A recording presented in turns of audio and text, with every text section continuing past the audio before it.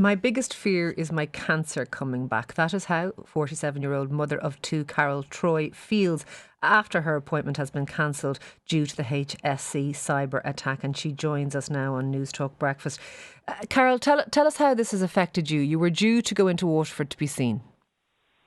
Sure, I was due to go into Waterford today actually to have an echo on my heart. So kind of the background to that is last year, just before the pandemic hit, I was diagnosed with stage 3 breast cancer.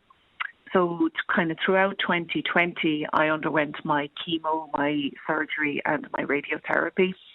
So after I had finished all of that, I met with my oncologist and she said that she'd like to put me on a kind of a preventative drug, a course of 14 sessions of a preventative drug called Kadcyla, which would help my cancer to stop it recurring.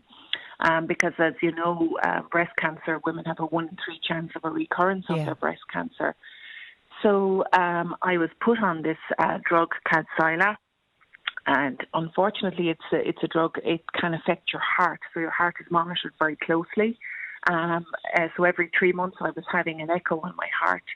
And back in March of this year, my heart showed some signs of a decrease in its function. It wasn't working as well as it should be.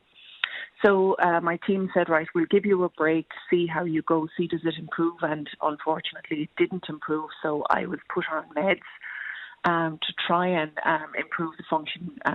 Okay. So for the past month, I've been on this medication. I haven't been receiving my Kadcyla drug. I haven't received any of it since February. So I was due to get the echo on my heart today to see has this medication worked for me to improve my heart function, to allow me to resume this preventative drug, Kadcyla, and carry on with the treatment. But unfortunately, yesterday I had seen online that all of yesterday's appointments in Waterford were cancelled in the cardiology department. So I contacted them and was told no, today as well is cancelled. So that's the real effect of this cyber attack for you, Carol. You're awaiting finding out if you can go back on a drug to prevent your cancer, but you need to have a cardiac test first of all, and you aren't able to access it. How has that, I suppose, played on your fears and I suppose worried you and your family? Well, I suppose like every cancer patient will tell you that the most difficult part of a cancer diagnosis is post kind of treatment, surgery, post the first intensive set of treatments that you undergo.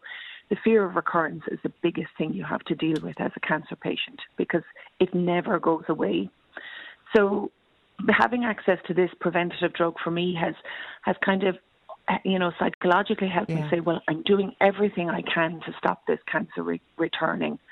And knowing now that I haven't had any of this drug since February, and knowing now that I don't know when I will get my scan to tell me, yes, you can, or no, you can't restart this drug, it just adds another layer to what cancer patients refer to as the fear, which is the fear of recurrence. And of course, you try and keep the best side out. You're only 47 and have 2 children. Yes. Yeah, I have 2 children. They're 12 and 14. And I have said all along that I will do whatever it takes to be here for my children because they were my first thought when I was diagnosed. They were my first thought, and I've done everything I can. I had to fundraise myself for this drug because I wasn't covered on the HSE. So, already I've had to fight so hard to get to this point, and now I'm being, stymied even further. Look, getting this drug. I can only imagine. And Carol, thank you for speaking to us this morning on Newstalk Breakfast, and the very best of luck. I hope you get that echo as soon as possible, and thank you for sharing that with us. That is the real effect of the cyber attack. People who are ill, needing tests, needing diagnostics, needing treatment and not being able to access them.